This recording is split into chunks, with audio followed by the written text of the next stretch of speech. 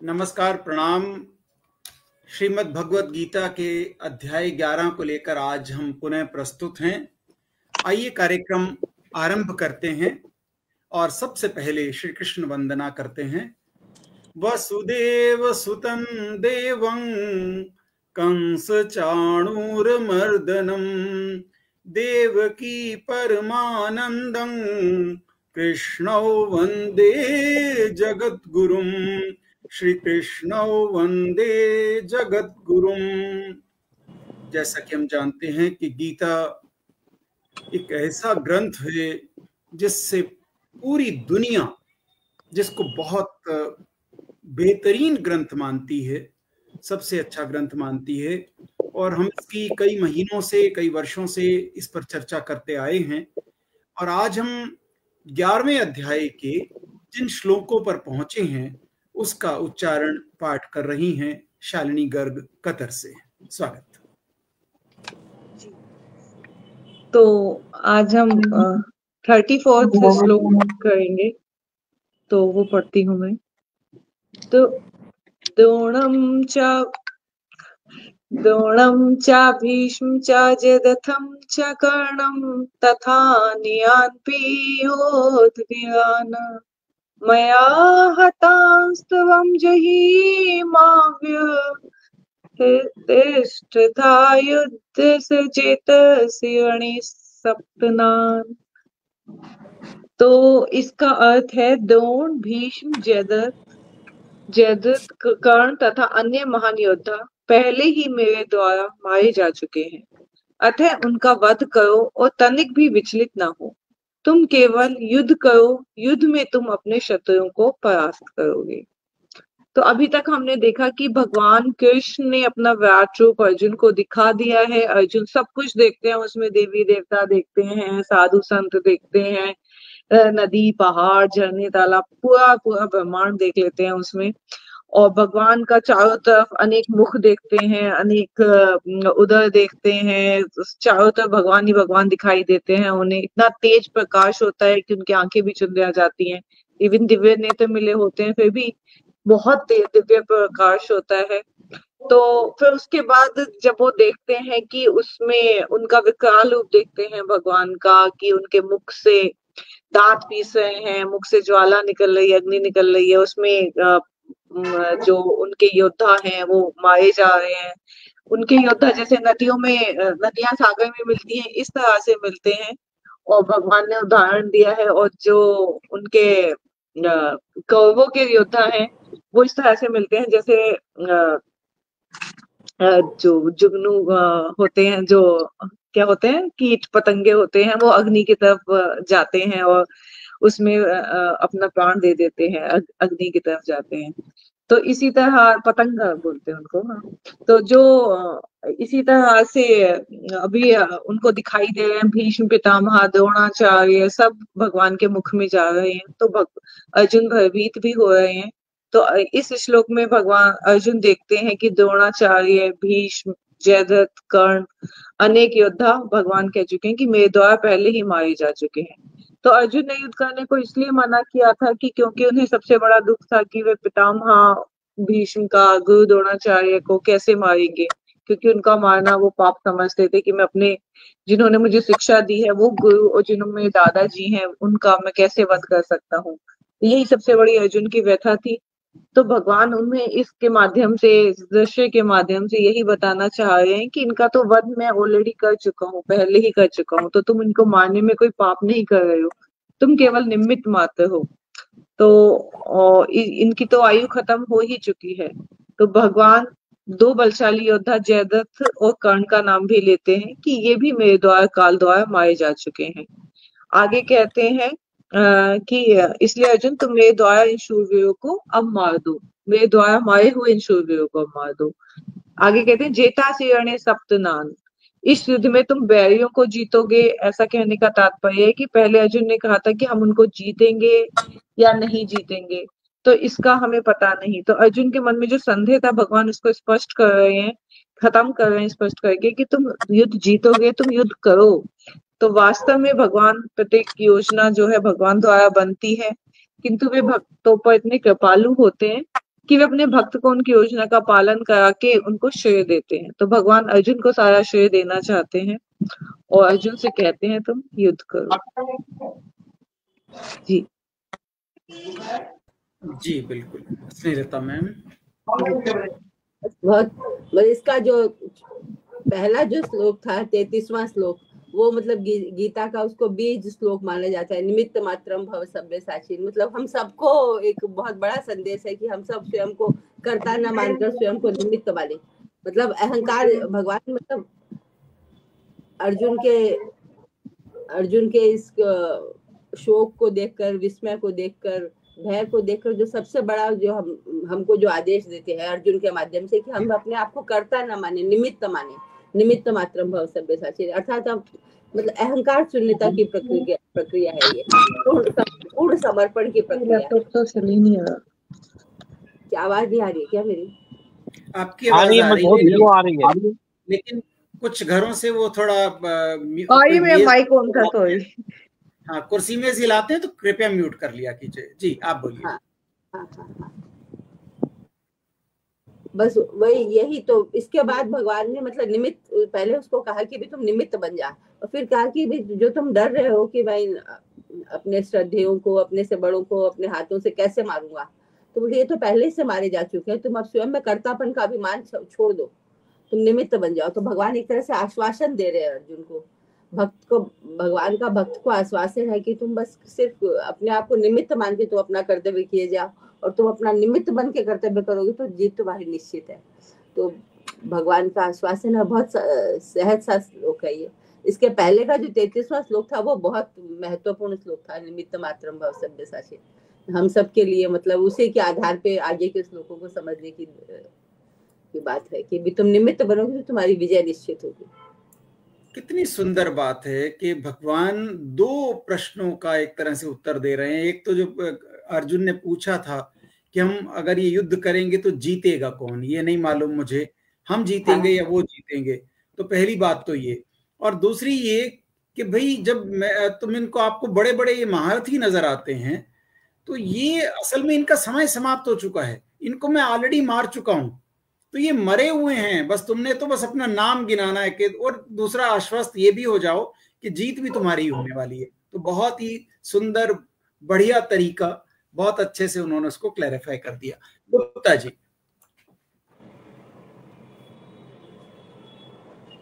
Unmute कर लीजिए पहले। गुप्ता जी अनम्यूट करिए फिर बोलिए।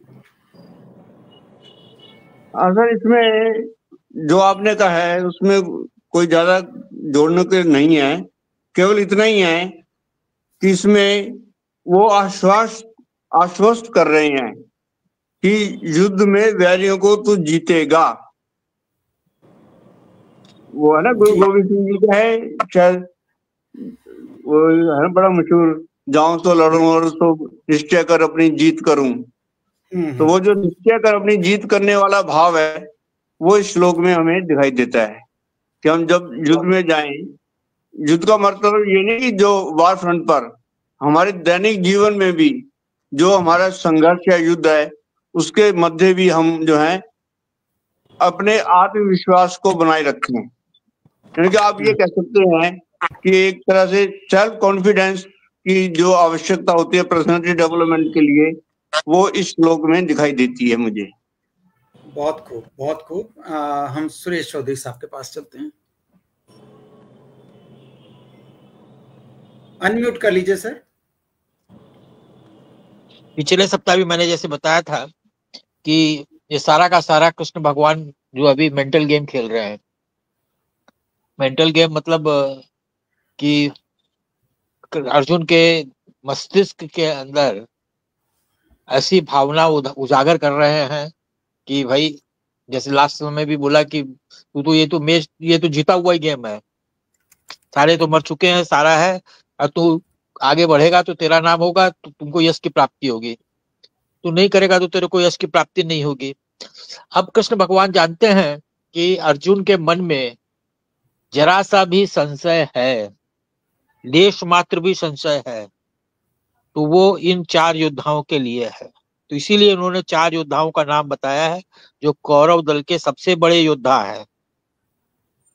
भीष्म, द्रोणाचार्य, कर्ण और जयद्रथ। ये चारों जो है वो हम सबसे सुपर है, जिनके नाम से जिनको कहा जाता है कि एक अकेले ही जो है पूरे के पूरे युद्ध को समाप्त करने की क्षमता रखते थे। इन चारों का नाम लिया है और साथ में कहा कि और अन्य भी, हाँ ये सब तो पहले से ही मरे हुए हैं, हाँ और तू मार दे इनको और मारकर अपना नाम कर और तू उसका निमित्त मात्र बन जा। निमित्त मात्र यहाँ पे जो है शब्द, इसको थोड़ा सा ध्यान देने योग्य है कि क्यों वो कहते हैं कि निमित्त मात्र बन जा।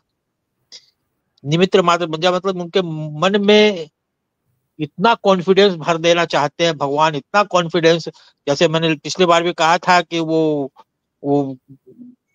जो गुप्ता जी को थोड़ा सा उससे ये था कि वो प्रेरणा सोच रहे थे और मैं बोल रहा था प्रेरणा नहीं है, प्रवोक है। तो इतना प्रवोक कर रहे हैं भगवान, इतना प्रवोक कर रहे हैं कि तू प्रवोक होकर कि उस चीज के लिए तैयार हो जाए। तो पुनः वो प्रवोक को एक कदम आगे बढ़ा रहे हैं कि वो जो चार जो मेन व्यक्ति हैं, द्रोणाचार्य, भीष्म, जयद्रथ और कर्ण, चारों का नाम लेकर बोल रहे हैं ये तो मर चुके हैं, तो इसको मारकर निमित्त मात्र बन जा। तो जिस चार से जिनको भय था, इनको अर्जुन को संशय, जरा भय तो नहीं था मगर जरा सा भी संशय था तो इन चारों से ही था। बहुत खूब, बहुत बढ़िया सर। इस श्लोक में सर शब्द निमित्त मात्र कहाँ पर है? मैं थोड़ा उसको जानना चाह रहा हूँ। जहिमा व्यथिष्टा युद्धस्व जेता शिरणे सपत्नान। निमित्त मात्र क्योंकि जो इसकी हिंदी है सर वो तो ये कह रहे कि भय मत कर, निसंदेह युद्ध में वैरियों को जीतेगा, इसलिए युद्ध कर। सर निमित्त मात्र शब्द जो आया है, सुनिए गुप्ता जी, निमित्त मात्र शब्द आया है 33 पहले वाले में आया है, उसके पहले वाले निहता पूर्वमेव निमित्त मात्रम भव सव्यसाचन, ये पहले वाले श्लोक में आया है। हाँ वही तो कह रहा हूँ सर, इस श्लोक में तो नहीं है ना, इस श्लोक में नहीं है, पहले वाले में है। इसी से रिलेटेड है ना वो भी, तो पहले वाले से पहले वाला श्लोक का ही एक्सटेंशन है ना ये भी। हाँ मैं ये वो तो आपकी बात यही है कि जो पहले वाले से जोड़कर ही हम इसको देखें। जी बिल्कुल, ये बिल्कुल सही कहा आपने, एकदम बिल्कुल सही कहा कि पहले वाले का एक्सटेंशन है। निमित्त मात्र जो शब्द पहले वाले में कहा गया है उसी को एक्सटेंशन करते हुए उसको आगे बढ़ाया है कि निमित्त मात्र के बारे में तो बता ही दिया पहले कि अब तू उसको मार दे, तो मर चुके हैं पहले ही, भय मत कर। अच्छा तो शब्द लिया हाजी, जैसे चार है ना सर, द्रोणाचार्य के बारे में भी हमें मालूम है, गुरु थे और बड़े वो थे। भीष्म पितामह को इच्छा मृत्यु प्राप्ति, कर्ण भी महावीर से पता था। तो जयद्रथ के बारे में मैं थोड़ा जानना चाहूंगा। जयद्रथ बहुत पराक्रमी था। जयद्रथ जो है अकेला इतना पराक्रमी था कि जो जयद्रथ कौन था, कौरवों का दामाद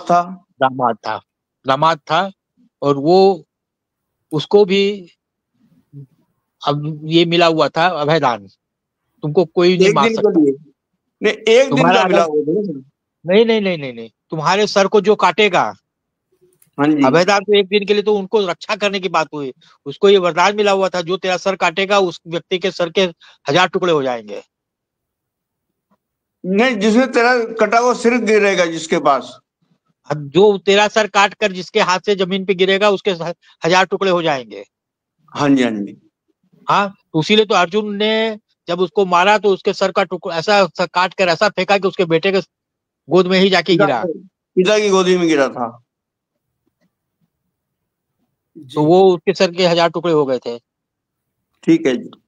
तो हम अजय गोयल जी भी जुड़ गए हैं, उनसे पूछते हैं कि क्या उनकी इच्छा इसमें कुछ और जोड़ने की, पूछने की है। जी हाँ, अर्जुन ने ये भी प्रतिज्ञा ली थी ना कि अगर मैं शाम तक जयद्रथ को नहीं मारूंगा तो अग्नि में समा जाऊंगा। उसे इस श्लोक में कोई अंतर नहीं पड़ता है। चारों का जो नाम है, चारों को अभयदान मिला हुआ था। द्रोणाचार्य को भी था कि उसको हर कोई नहीं मार सकता है। हाँ, द्रोणाचार्य को, कर्ण को और भीष्म पितामह, चारों को, जयद्रथ, चारों को मिला हुआ था। कि कोई उनकी हत्या। सरलता के लिए हमने ये मान लिया कि ये चारों महारथी थे, बहुत पराक्रमी थे, और इनका नाम जब कृष्ण ने कह दिया कि ये तो मेरे से मरे ही पड़े हैं, तो इसलिए अपना निमित्त हाँ, तो मात्र उसका काम लेश मात्र भी जो संशय था अर्जुन खत्म का, कर दिया। उसको भी दूर कर दिया। जी अजय जी। नहीं, बहुत बहुत सुंदर चर्चा चल रही है और सबने बहुत अच्छे अच्छे अपने भाव रखे। मुझे लगता नहीं मेरे लिए कुछ इसमें कहने को है। और अगर फिर मैं इसमें मैं ऐड करता हूँ जी हाँ जी जी थोड़ा सा, क्योंकि चौधरी साहब ने भी बहुत स्पष्टता से कहा है कि इस निमित्त भाव को, जो निमित्त मात्र भाव है, इसको अच्छे से पहचानिए, समझिए। हम थोड़ा सा इसके ऊपर और बात करते हैं। कुछ लोग जब निमित्त मात्र बनने की बात करते हैं तो कई बार ये कहते हैं कि नाम मात्र के लिए कर्म करो। तो भगवान इसमें ये नहीं कह रहे कि तुम नाम मात्रेण काम करो। नहीं नहीं वो नहीं। अभी उन्होंने कहा प्रवोक कर रहे हैं, तो इसका मतलब ये भी कि तू अपना पूरा दम लगा दे, लेकिन अपने आप को उसका कारण मत मानना, क्योंकि मैंने उन्हें पहले ही मार दिया है। तो फील ऐसा करना, नाम तुम्हें अहंकार ना आए, तुम्हें ये ना लगे कि मैंने ये कार्य किया, लेकिन तुम संशय बिल्कुल मत करो क्योंकि मैंने उन्हें मार दिया है। अपने उद्योग में कभी भी कमी मत रखो और अपने आप में अभिमान भी मत करो। भगवान ने जो कुछ बल, विद्या और योग्यता दी है, वो सब लगाने के लिए दी है, और अपना पूरा बल लगाकर हम उसको प्राप्त कर सकते हैं। तो भगवान ने ये भी कहा कि निमित्त मात्र बनने का अर्थ ये है कि संसार में भी कोई भी कर्म करते हुए अगर आप अपनी ये पूरी शक्तियां लगाकर करोगे और भगवान का सहारा ले लोगे, निमित्त मात्र भाव उत्पन्न करोगे, तो संसार पर हमारी विजय हो जाएगी। जी, अगले श्लोक की तरफ बढ़े। हाँ जी हाँ जी। अगर हमें इस श्लोक पर और चर्चा अगर बढ़ानी है तो ये हो सकता है कि भाई हमें कैसे पता चलेगा कि क्या मतलब वो भगवान श्री कृष्ण थे, अर्जुन के साथ स्पष्ट कह रहे हैं कि ये मरे हुए हैं, इनको मारो, तो हमें तो कैसे पता चलेगा? वो वाली एक बात आती है। अजय जी, इसके बारे में कोई ना मैं कोई बोलना चाहता भगवान हूँ। बन के बता ही देगा। नहीं, मैं बोलना चाहता हूँ। जी जी जी।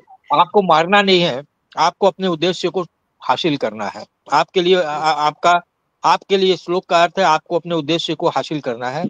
आपका जो कठिन से कठिन कार्य है, आप ये मान के चलो कि वो हो चुका है, भगवान ने पहले ही कर दिया है। हाँ, आप खाली उसको निमित्त बन जाओ, उसको करने का तरीका आपके पास है। उस तरीकों को भगवान इवोल्व करना चाहते हैं कि तेरे को मालूम है इसका सोल्यूशन क्या है। तो सोल्यूशन तो मैंने पहले बना के रख चुका है, वो सोल्यूशन अपने दिमाग में ला और तुम उस सोल्यूशन से उसको समस्या को दूर कर। भगवान ने तो समाधान निकाल चुके हैं, वो समाधान को आपको रिवाइव करके कैप्चर करना है। अजय जी, इस श्लोक का बड़ा साधारण सा उत्तर है। एक गीत है फिल्मी, रुक जाना नहीं तू कहीं हार के, कांटों पे चल के खिलेंगे पत्ते गुलाब, कुछ ऐसा है। बहुत बढ़िया, सिंपल सा है। जी, ठीक बात है। चलो हम इन फूलों को खिलाने के लिए अगले श्लोक की तरफ चलते हैं। हाँ जी हाँ जी। चलिए अजय जी पढ़िए नेक्स्ट श्लोक। चलिए मैं पढ़ देता हूँ। संजय उवाच एतत् श्रुत्वा वचनं केशवस्य कृताञ्जलिर्वेपमानः किरीटी नमस्कृत्वा भूय एवाह कृष्णं सगद्गदं भीत प्रणम्य। संजय बोले, भगवान केशव का यह वचन सुनकर भय से कांपते हुए किरीटधारी अर्जुन हाथ जोड़कर नमस्कार करके और भयभीत होते हुए भी फिर प्रणाम करके गदगद वाणी से भगवान कृष्ण से बोले। अब किरीटधारी अर्जुन भगवान को बोल रहे हैं, तो इसकी भूमिका से संबंधित ये श्लोक है। आप शालिनी जी का इसमें मैं पहले स्टार्ट करना चाहूंगा। हाँ जी। कि इतना कुछ समझा देने के बाद भी सब कुछ हो गया, सब कुछ दिया, पांचा सारा कर दिया, भगवान ने सब कुछ कर दिया, उसके बाद भी संजय तो बोल रहे हैं कि अर्जुन तो फिर भी कांप रहा है। इतना प्रोवोक कर दिया, इतना विल पावर बढ़ा दिया, सब कुछ कर दिया। उस समय तक तो अर्जुन को नहीं लाठी लेके तैयार हो जाना चाहिए, चल देख लेंगे दुश्मन को। हाँ, मगर उसके बाद भी संजय के हिसाब से तो वो कांप रहे हैं। हाँ, इसका मतलब अभी तक की जो भी बातें हुई हाँ उस बातों का असर नहीं हुआ। तो ये थोड़ा सा, या तो ये संजय के बोलने में थोड़ा सा संशय है, हाँ, फिर या फिर अभी कृष्ण भगवान का भी और लेक्चर बाकी है। दो में से एक ही चीज हो सकता है ना। संजय मतलब अर्जुन जो है भय से तो कांप रहे थे, उनका भय वो तो खत्म होता जा रहा है अभी, लेकिन मतलब उनके अंदर वो जो आएगा कि वो जैसे कैसे नमस्कार करते हैं, कैसे भगवान का वो करते हैं। एक बात है शालिनी जी आपकी ना, वो भय से लिखा नहीं है, वो कहीं कहीं जो टीकाकार है उन्होंने भय से शब्द जोड़ दिया है, वो मानने का मतलब केवल कांपते हुए है, मतलब क्योंकि भय तो उनको तब था कि जब उनका विकराल रूप देखा था, अब उनके अंदर वो भय तो खत्म होता जा रहा है धीमे धीमे, लेकिन अत्यंत फिर भी अत्यंत भयभीत होकर प्रणाम करके, क्योंकि हो चुके ना भयभीत ऑलरेडी, तो भय से एकदम से दूसरा एक्सप्रेशन आने में टाइम तो लगता है। नहीं लास्ट में है जी, सद गद गदम भीत भीत है प्रणव्य है, चौथी लाइन देखिए इसकी, भीत है, हाँ भयभीत तो है, हाँ इस क्योंकि संजय भी उनको भयभीत ही देख रहे थे ना थोड़ा, तो उनको भी ये है कि अर्जुन, वही मेरा कहने का मतलब है कि इतना प्रोवोक कर दिया, इतना इंस्पायर्ड किया, सब कुछ किया, उसके बाद भी अर्जुन को संजय देख रहा है भयभीत। अब वो है कि नहीं है वो अलग बात है। हाँ, संजय जो देख रहा है, संजय जो है वो भयभीत देख रहा है, आपका अर्जुन है भी कि नहीं भयभीत, हाँ ये आगे के श्लोकों में समझने की बात है। इसको हम यूं मान लेते हैं और हम भी कह लेते हैं कि हमने भी देखा था, नहीं वो भयभीत ही थे सचमुच। कारण उसका ये था कि उस समय जब उन्होंने, जिनको वो लगभग मानता था कि इनको जीता नहीं जा सकता, ये इतने बड़े बड़े लोग हैं, और ये हमारे जो मित्र हैं कृष्ण जी, ये कह रहे हैं इनको तो मैंने मार डाला, ये तो मरे पड़े हैं समझ ले। तो वो इतना उनको वो बड़ी बातें सुना रहे हैं, उनसे वो भय लग रहा है कि यार ये मेरा मित्र, ये मेरा सारथी ऐसी कैसी बातें कर रहा है कि वो उनसे इतनी बातें सुन सुनकर वो भयभीत हैं, और उनको भय की वजह से प्रणाम भी कर रहा है कि भैया अच्छा ऐसा क्या, तो डर तो लगे, कभी तो एक बार छूटेगी ही। तो हम आगे मान के चलेंगे कि आगे क्या होता है। चलिए आगे बढ़िए। एकदम ठीक बात है कि जो भयभीत होने का जो कारण है, तो मतलब ये भी है, ठीक है। स्नेहलता जी आपको बोलना चाहिए। भय के साथ साथ एक और शब्द आया है क्यूरिटी। मुझे ऐसा लग रहा है कि इस भय में और उस भय में, देखिए दूसरे अध्याय के 7वें श्लोक में भी अर्जुन इसी तरह से भय में बोलता है, कार्पण्य दोषोपहत स्वभाव है, पृच्छामि त्वाम धर्म सम्मूढ़ चेत है, यच्छ्रेह शानिश्चितम ब्रूहि तन्मे शिष्यस्ते हम साधि माम त्वाम प्रपन्नम, कि भी मैं एकदम नपुंसकता को प्राप्त हो रहा हूँ, मेरे शरीर कांप रहे हैं, पर मेरे लिए जो श्रेयस्कर है वो बताइए। ये तो भगवान से पूछ रहा है, पर बाद में पूछता है फिर अपनी बात भी लगाता है, ये भी बोलता है कि आप बताइए, और फिर बोलता है मैं युद्ध नहीं करूंगा, उसके बावजूद भी बोलता है 11वें श्लोक में भाई की ग्रेड अलग अलग है ना, पर इसका ये वाला जो भय है ना, इस बार का भय, वो भाई की ग्रेड अलग अलग है। इस भय में आके अर्जुन स्वयं को एकदम समर्पित कर देता है। इस भय में आके अर्जुन के हृदय से प्रार्थना के स्वर फूटेंगे। ये क्योंकि आगे जो 36वें से लेके 46 तक श्लोक है, 11 श्लोक, उसमें भगवान की स्तुति है, प्रार्थना है, केवल प्रार्थना है, और 11 श्लोक में है स्तुति। तो मैं ऐसा मानती हूँ कि 11 श्लोक यानी हम अपनी 5 कर्मेंद्रियां, 5 ज्ञानेंद्रियां और 1 मन, पूरे 11 को भगवान को पूरा समर्पित। इस भय की निष्पत्ति पूर्ण शरणागति में होगी, और इसके बाद में अर्जुन जाके बोलेगा कि करिष्ये वचनम। तब पहले क्या बोलता है, दूसरे अध्याय में जब वो भयग्रस्त होता है तब बोलता है कि मैं तो युद्ध नहीं करूंगा, और इसमें जब भयग्रस्त है तो इसमें भगवान की स्तुति के पश्चात उसके मुंह से बोल फूटेंगे करिष्ये वचनम तब, कि मैं आपके वचन मानूंगा। आगे मतलब उसको बहुत आश्वस्त होता है भगवान, जब उसको ये निमित्त मात्र कहते हैं या फिर जब आश्वस्त करते हैं कि ये सब मारे जा चुके हैं, तो मतलब उसको लगता है कि मैं तो उपकरण हूँ और मुझे तो बस इनके प्रति समर्पण करके अपना काम किया जाना है। तो मतलब उसको उसके आश्वस्ति के पहले का भय है ये, मतलब इस भय में थोड़ा अंतर है दोनों भय में। नहीं वो तो सही बात है, हर प्रकार का भय होता है। ये वो कार्पण्य दोष का भय था, ये कृष्ण भगवान के भव्यता का भय है। नहीं, पिछली बार तो वो बोलता है कि आप मुझे, हम लोग ऐसा सामान्य तो बोल देते ना कि आप जो मुझे बोलिए, आप मुझे मार्गदर्शन कीजिए, मैं करूंगा, पर करते हम अपने मन की। फिर भी बोलता है कि मैं तो युद्ध नहीं करूंगा। पर यहाँ पर मुझे लग रहा है कि इसमें जो भय है, इसमें जो भय है कृष्ण भगवान की भव्यता का भय है। नहीं, भय मतलब इस भय से स्तुतियां फूटेगी उसको, मतलब हाँ हाँ, कि वो भगवान, भव्यता का भय है तभी स्तुतियां फूटेगी। हाँ हाँ, और इसमें फिर वो भव्यता भव्यता का के भय है अलावा इसलिए स्तुतियां फूटेगी। भव्यता के अलावा जो अत्यंत उग्र और विराट रूप को जो देखा है हाँ हाँ और ये हाँ जान लिया है या ऐसा लगने लगा है कि भगवान काल के भी काल या महाकाल हैं, उनके सिवा दूसरा कोई भी काल से बचाने और वाला वही नहीं है, इसलिए हाँ अर्जुन हाँ भयभीत विराटता, होकर प्रणाम। भव्यता, विराटता जो भी कह लीजिए, हाँ सही हाँ बात बिल्कुल कही आपने, बिल्कुल सही बात कही आपने। हाँ हाँ हाँ। तो ये दूसरे अध्याय वाले भय से ये वाला भय थोड़ा मतलब ये डिफरेंट, एकदम बिल्कुल अलग है। बिल्कुल अलग। जी। और तो कोई भाई साहब मुझे, मैं विदा लूंगी और ठीक आप है, लोग आगे चर्चा कीजिए। हाँ, ठीक। आपकी याद बहुत आएगी, कोई बात नहीं। मुझे भी मेरा मन भी रहेगा यहीं पे। ठीक है, ठीक है जी। गुप्ता जी। सर मेरी व्याख्या बिल्कुल अलग है। यह श्लोक राजनीतिक लोकतंत्र का आधार स्तंभ है, क्योंकि वाह, पूरी भगवत गीता में अर्जुन के लिए एक विशेष जोड़ा गया है, मुकुटधारी किरीट, जो कि राज सत्ता का प्रतीक होता है। और जब राज सत्ता किसको कह रही है?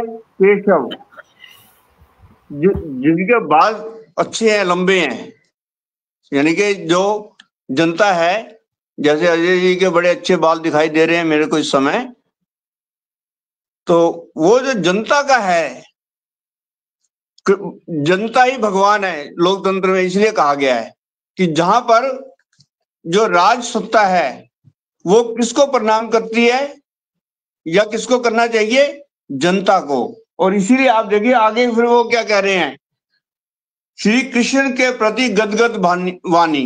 कृष्ण के लिए यहाँ पर दो शब्द आ गए, केशव भी आया, कृष्ण भी आया है। कृष्ण कौन है? सुप्रीम लॉर्ड भी हैं, जो सब संशय को दूर भी करते हैं, और उनके प्रति गदगद वाणी से बोलना।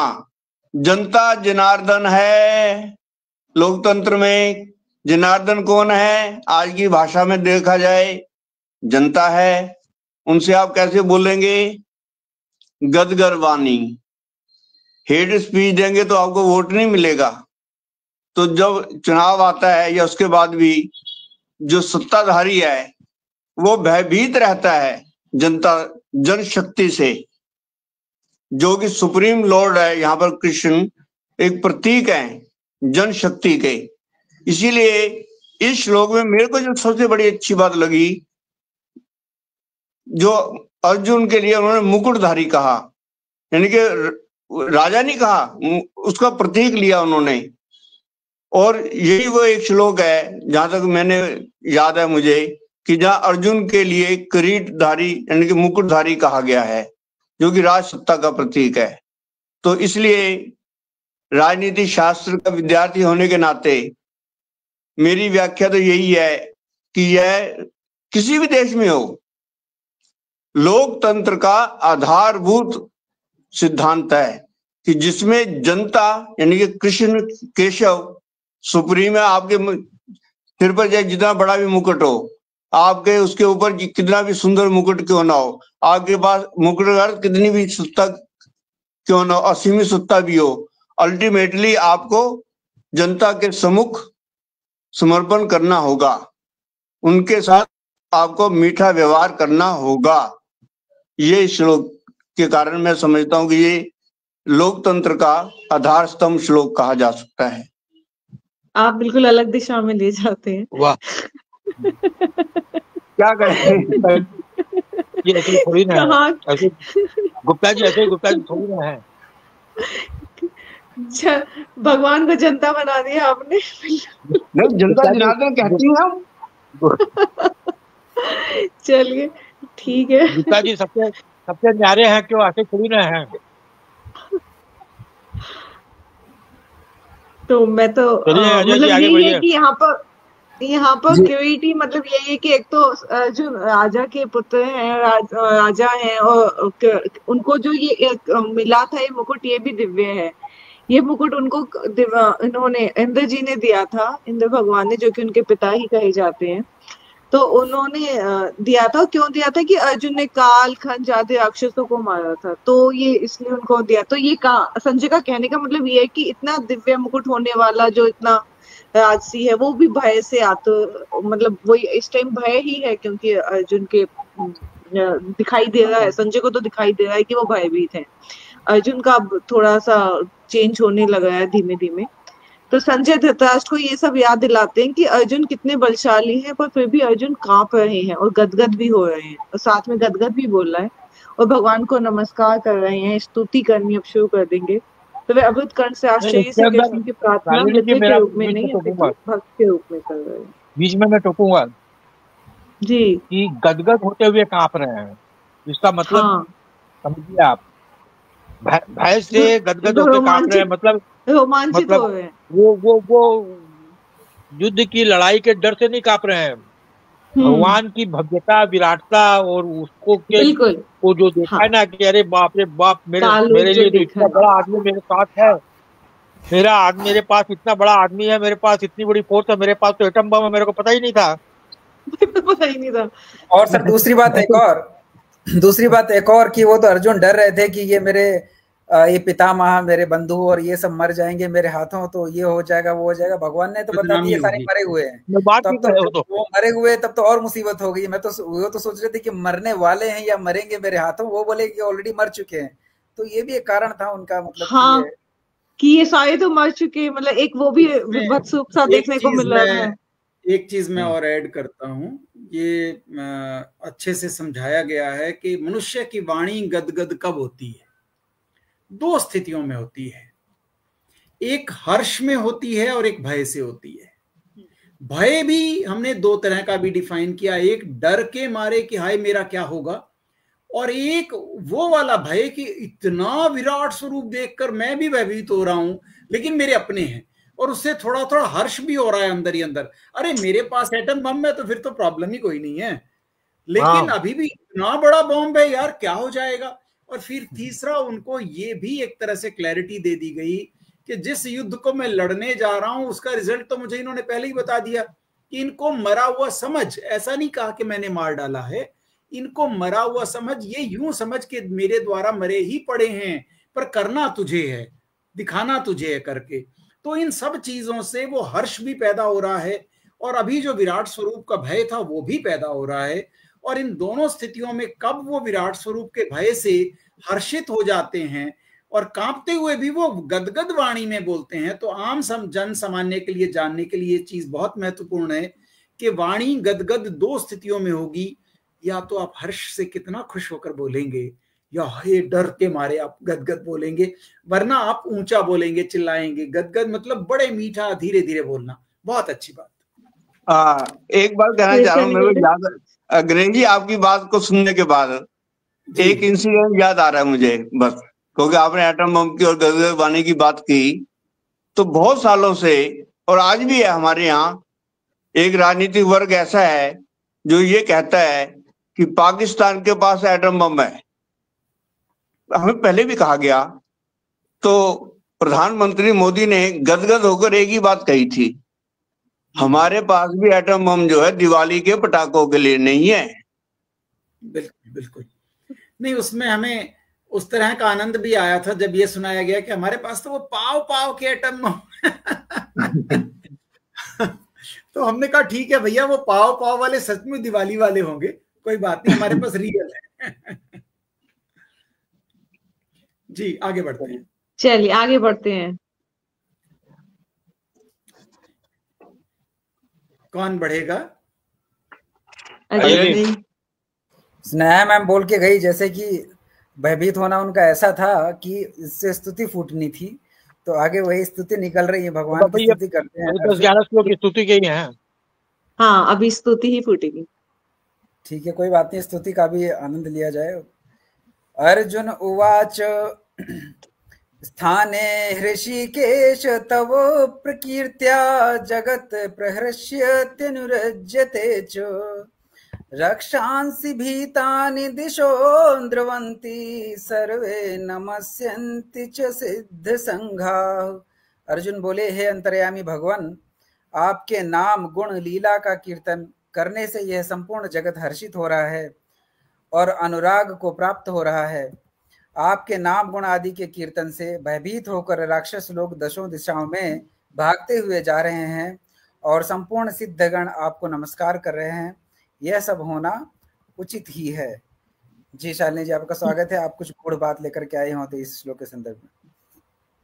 जी, तो यहाँ पर अर्जुन जब भयभीत के साथ साथ हर्षित भी हो रहे हैं, क्योंकि भयभीत होकर बोल नहीं सकते हैं ज्यादा, तो यहाँ पे क्लियरिटी भी दी गई है। तो वे हर्षित होकर बोल रहे हैं। अर्जुन भगवान को ऋषिकेश कहते हैं। ऋषिकेश का अर्थ है कि भगवान सबके इंद्रियों के स्वामी हैं, सबके हृदय में विराजमान है, सबके मन को जानने वाले हैं। अर्जुन कहते हैं सारे संसार के लोग आपको प्रसन्न करने के लिए आपके नाम का, गुणों का कीर्तन करते हैं, आपकी लीला गाते हैं, आपके बारे में श्रवण करते हैं। इससे वे सभी हर्षित होते हैं। आप सबको हर्ष देने वाले हैं। ये आनंद पाकर वे आपसे प्रेम करने लगते हैं। फिर महात्मा कहते हैं जितने भी सिद्ध महात्मा हैं वे आपको नमस्कार करते हैं, कीर्तन लीलाओं को सुनकर आपका गुणगान करते हैं। और राक्षस, भूत प्रेत, पिशाच के बारे में कहते हैं कि वे भयभीत होकर भाग जाते हैं जब आपकी लीला गुणगान होता है, और लेकिन अगर वो टिक जाते हैं तो सुधर भी जाते हैं, उनका भी कल्याण हो जाता है। तो यही सत्य है और ऐसा ही होता है और हो भी रहा है और ऐसा ही होना चाहिए। अर्जुन सेटिस्फाइड भी हैं कि ऐसा ही मुझे विराट रूप में दिखाई दे रहा है। आपकी तरफ आने से ही शांति, आनंद, प्रसन्नता होती है और दुखों का नाश होता है। आपसे विमुख होने पर दुख ही दुख, अशांति अशांति होती है। तो अभी अर्जुन जो है स्टेबल हो गए हैं, सेटिस्फाइड हो गए हैं कि ये रूप देखने के बाद अब भगवान की अच्छी तरह स्तुति करते हैं। जी जी गुप्ता जी, स्वागत है आपका। हाँ सर, इसमें कुछ संविधान से जोड़ने को नहीं मिलेगा, इसमें तो भगवान की स्तुति ही की गई है। वही मैं कहने वाली थी, इसमें राजनीति कहाँ से लाएंगे। अब आप यदि ये चुनौती दे रही हैं फिर तो मैं कहता हूँ चुनौती को माफ कीजिए। वो तो अभी तो आप राजनीति के आप विज्ञान से भी जोड़ देंगे अगर चुनौती की बता रही। स्पष्ट आपको एग्जाम्पल मिल गया कि कैसे आपने जब ये शब्द कहे तो कैसे भयभीत भी हो गए और हर्षित भी हो गए। जी एकदम। तो जैसे ही भयभीत हुए इन्होंने हर्ष से कहा कि नहीं नहीं नहीं नहीं आप वो मत करिए। तो ये हर्ष और भयभीत का लाइव एग्जाम्पल हमें साक्षात एग्जाम्पल मिल गया। डेमोन्स्ट्रेशन देना था कि गदगद वाणी कैसे होती है। इसमें शालिनी जी जो बहुत इम्पोर्टेंट जो आपने भी कहा उससे सहमत होते, जो ऋषि के शब्द है ना, हाँ। आखिर वो क्यों प्रयोग किया गया, ये एक अपने आप में विचारणीय प्रश्न है। क्योंकि भगवत गीता में भगवान के लिए या भगवान ने अर्जुन के लिए जो भी संबोधन दिया है वो अर्थपूर्ण है।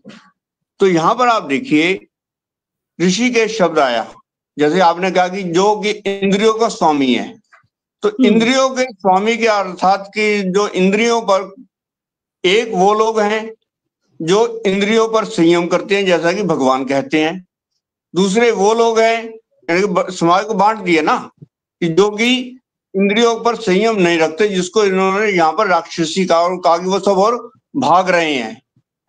तो यदि आप वर्तमान सामाजिक राजनीतिक व्यवस्था को देखें तो एक और वो लोग हैं जो कानून का पालन करते हैं, आप कह सकते हैं, और दूसरे वो लोग हैं जो कानून का उल्लंघन करते हैं। जो कानून का उल्लंघन करते हैं वो भागते हैं।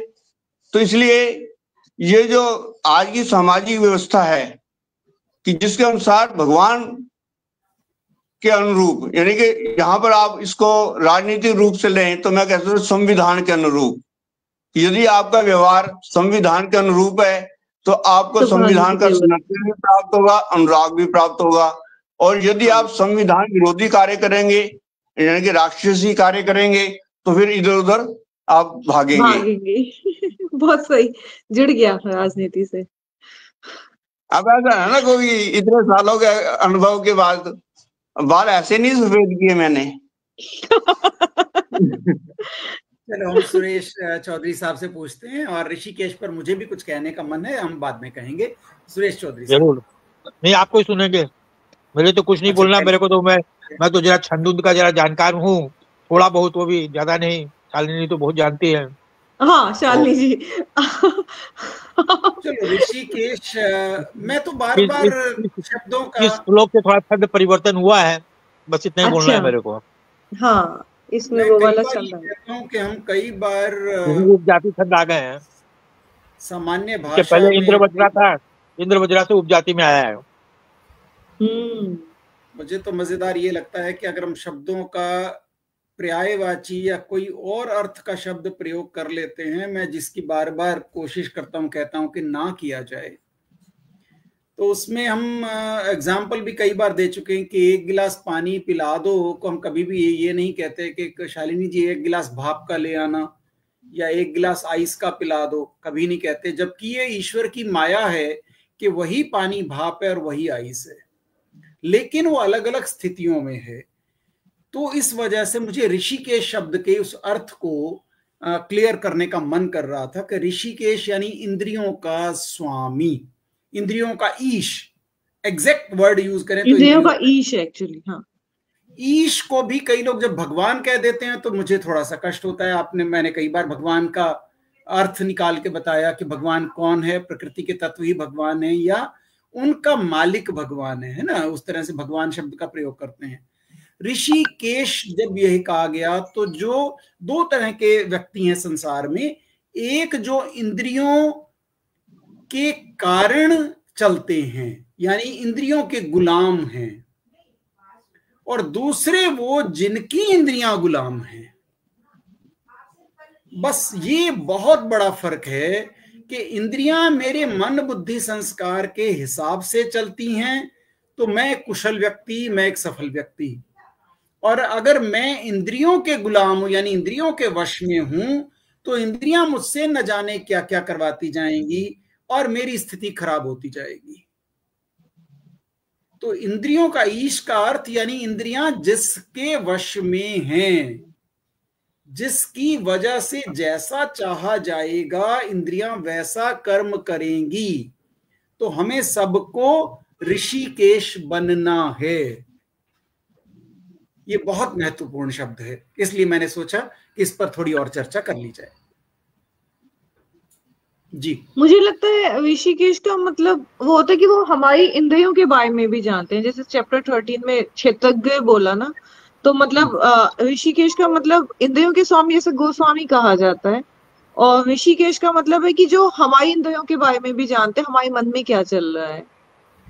इसका अर्थ ये लिया जाता है, इसका अर्थ ये भी लिया जाता है कि जो हमारी इंद्रियां हैं वो अपने आप काम नहीं कर सकती, वो काम कर रही हैं उस शक्ति की वजह से जिसको हम आत्मा कहते हैं। और आत्मा और परमात्मा का स्वरूप एक जैसा है, गुण नहीं, गुण बहुत फर्क है। वो परम गुणवान है और हम बहुत कम गुणी हैं। तो उस आत्मा की शक्ति की वजह से उस परमात्मा के कारण ये सारी इंद्रियां काम करती हैं, इसीलिए उनको ईश कहा गया। तो इन इंद्रियों का ईश वही है, लेकिन वो इंद्रियां उस आत्म शक्ति की वजह से कार्य करती हैं और ये इंद्रियां हमें सहयोग देती हैं, हमारे शरीर को अलग अलग सिग्नल्स देती हैं। गणेश जी, इसमें जो है जो ऋषिकेश है उसके लिए दो शब्द आए हैं एक्चुअली। एक तो है कि the Lord who direct the senses of the devotees, और ये दूसरा मास्टर ऑफ द सेंसेस। दोनों में कोई अंतर नहीं है, कोई विशेष अंतर है। तो ये जो आप कह ट्रांसलेटर रहे हैं कि जो ऋषिकेश शब्द इसीलिए आया यहाँ पर कि जो हमारी इंद्रियों को भी जो है डायरेक्ट करते हैं। बिल्कुल, मैं इसको डायरेक्ट करना, ये चीजें ट्रांसलेटर की ही ज्ञान की कमी कहने या उनको शब्द ना मिलने की वजह कहूंगा। इसीलिए मैं बार बार कहता हूं कि हम दूसरे शब्दों में उसके अर्थ को ना पढ़ें। अगर हम संस्कृत के सही शब्दों को जानते हैं, ऋषिकेश, ऋषिक और ईश, अगर सिर्फ इस तरह से पढ़ें तो जो अर्थ हमने अभी अभी सुना कि इसका कारण कौन है, उपादान कारण है वो शक्ति, जिसकी वजह से ये कार्य करती हैं, और उस शक्ति का मिलता जुलता या उस शक्ति के स्वरूप वाली ताकत हमारे अंदर आत्मा है। आत्मा ना होने से ये इंद्रियां काम नहीं करती, ये सब हम जानते हैं। और उस आत्मा को भी वैसी शक्ति कहां से मिली? परमात्मा से, और परमात्मा की शक्ति की वजह से ये इंद्रियां कार्य करती हैं। इसलिए इनको ऋषिकेश कहा गया, इंद्रियों का ईश, यानी कि मालिक भी अगर कहेंगे तो शब्द का अर्थ बदलेगा, ईश का अर्थ ईश ही है। इसका ही विराट स्वरूप हमें समझना चाहिए। सही कहा आपने, एकदम बिल्कुल सही कहा। ऋषिक जो है, ऋषिक मतलब होती है 10 इंद्रियां, कर्मेंद्रियां 5, ज्ञानेंद्रियां 5। इन 10 इंद्रियों को ही ऋषिक कहा जाता है। हाँ, इसको जो कंट्रोल करता है, इसका जो संचालन करता है वो ऋषिकेश हुआ। उसका जो स्वामी है, जो उसको संचालन करता है, वो ऋषिकेश हुआ। बिल्कुल। तो हम इसको अगर सामान्य अर्थों में कहेंगे तो जो इंद्रियों को वश में रखकर अपने मन बुद्धि संस्कार से चलता है वो वाली आत्मा ऋषिकेश कह सकते हैं। लेकिन वो एक्चुअल ऋषिकेश वो है जिसकी वजह से ये आत्मा को ये शक्ति मिली है, उसका ईश्वर वो है। लेकिन हम आत्मा में भी वो ताकत दी है जिनसे हम इनको वश में कर सकते हैं। देखिए, यहाँ पे ऋषिकेश का अर्थ आएगा परम ब्रह्म। परम ब्रह्म, बिल्कुल। ऋषिकेश का अर्थ ही है वो परमात्मा शक्ति जिसकी वजह से हम सब अपनी इंद्रियों को वश में कर सकते हैं। हमें अगर ऋषियों के वश में हो गए तो हमारे लिए बड़े सुंदर सुंदर नाम दिए हैं, राक्षस, भूत, प्रेत, पिशाच आदि आदि। तो अगर हम इंद्रियों के वश हो गए तो वो उन नामों से जाने जाएंगे, अदरवाइज हम मनु की संतान मनुष्य माने जाएंगे। जी, बहुत सुंदर व्याख्या हुई, बहुत सुंदर व्याख्या।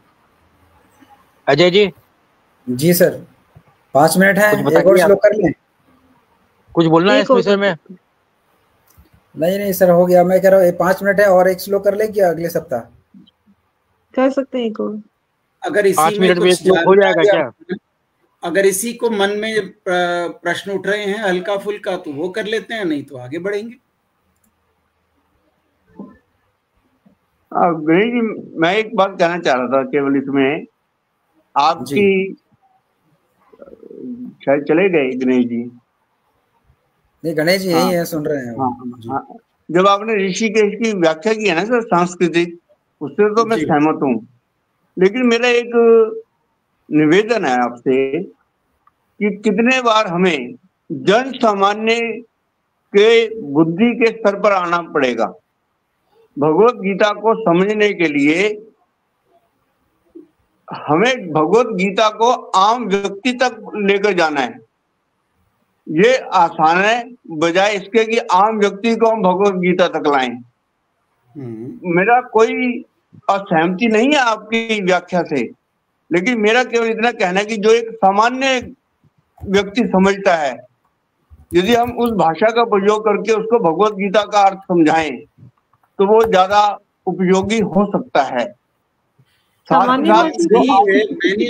मैंने जिस चीज से बचने का थोड़ा सा हिंट दिया वो सिर्फ ये है कि दूसरी कमजोर भाषाओं की ट्रांसलेशन के सहारे हम ना रहकर थोड़ा बहुत हिंदी और संस्कृत के ज्ञान को बढ़ाते हुए जन सामान्य की भाषा में ही इसको समझेंगे। हम कई बार क्या करते हैं कि विदेशी लोगों की जो ट्रांसलेशन है उनके शब्दों को या उन अर्थों को हम उठा लेते हैं, उससे कई बार बात का अर्थ का अनर्थ हो जाता है। सिर्फ मैंने वो थोड़ा सा बचने का प्रयास किया है। अन्यथा आप बिल्कुल सही कह रहे हैं। कल आपको दिखाऊंगा, मेरे पास एक बुक भी रखी है, संस्कृत इज नॉट ट्रांसलेबल। संस्कृत दूसरी भाषाओं में अनुवाद किया ही नहीं जा सकता, क्योंकि संस्कृत के पास जो शब्द हैं, जो उनका अर्थ है, जो क्रिया की वजह से धातुएं बनी हैं, वो दूसरी भाषाओं में बनी ही नहीं। तो हम संस्कृत में नित्य प्रति अगर कोई विद्वान हो तो 1 लाख शब्द आपको नहीं गढ़ सकता है। संस्कृत की सबसे बड़ी खासियत क्या है, मैं आपको बताता हूँ गुप्ता जी। एक मिनट दे रहा हूँ गणेश जी। आज जब अपना दोपहर को चल रहा था सवेरे सेमिनार, आशुतोष जी ने एक बात कही थी कि स्त्री शब्द जो है संस्कृत में उसके 340 अर्थ हैं। बिल्कुल, वो मेरे को भेज दी थी PDF, वो मेरे पास हैं। और जबकि उन्होंने बताया था कि औरत या वीमेन शब्द स्त्री का अनुवाद नहीं है। अनुवाद तो नहीं है, सही बात। संस्कृत इतनी समृद्ध भाषा है वास्तव Yes. में कि जिसको समझना मैं ये समझ आम व्यक्ति के बस का भी नहीं है। ठीक है, हमें में श्लोक के मेन उस पे आना चाहिए कि क्या इसका हाँ। हम अर्थ सही निकाल सकते हैं। देखिए, हाँ, इस संस्कृत भाषा को समझने के लिए सबसे, क्योंकि थोड़ा बहुत संस्कृत पढ़ता हूँ मैं और कोशिश करता हूँ संस्कृत का अर्थ जानने की, इसलिए मैं बताना चाहता हूँ। संस्कृत के अंदर जैसे आपने कहा स्त्री के 300 से ऊपर अर्थ है, 300 के 300 से ऊपर जो 340 अर्थ है वो 340 पर्यायवाची नहीं है, 340 अर्थ है। आप ये ध्यान रखिएगा। हर अर्थ बदल जाता है अपने साथ के सर्ग, उपसर्ग, प्रत्यय, उपयोग, क्रिया, बिल्कुल। क्रिया कौन सी क्रिया के साथ कौन सा है, कौन सी क्रिया के साथ स्त्री लगा हुआ है वो अर्थ बदल जाएगा। कौन सी प्रत्यय उपसर्ग के साथ लगा हुआ है तो अर्थ बदल जाएगा। संस्कृत की खासियत है। ये जो खासियत है वो हर और किसी भी भाषा में नहीं है। हाँ, इसलिए जो स्त्री किसी एक वाक्य में किसी और अर्थ में आती है, वही स्त्री किसी दूसरे वाक्य में और अर्थ में आएगी। मैं आपको बताता हूँ, हम लोग अक्सर गलती करते हैं। कभी लोग खोलते हैं पर्यायवाची शब्द क्या और उठा के डाल देते हैं। बिल्कुल सही। बहुत बड़ी गलती करते हैं वो। अब जैसे मेघ होती है जो आकर मांगते हैं कि एक गिलास आइस ले आना जरा।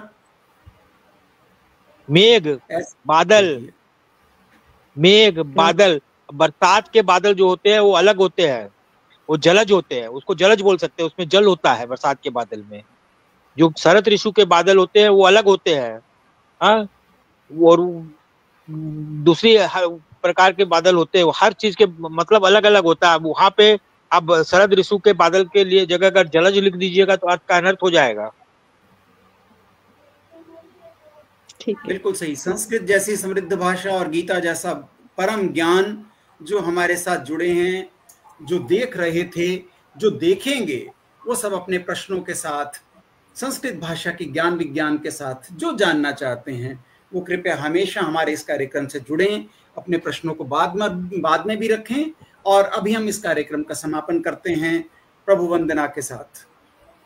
योगेशं सच्चिदानंदं वासुदेवं व्रजप्रियं दर्प संस्थापकं वीरं कृष्णं वंदे जगद्गुरुं। श्री कृष्ण वंदे जगद्गुरुं। श्री कृष्णार्पणमस्तु। प्रणाम। सर एक बात बताइए सुरेश सर,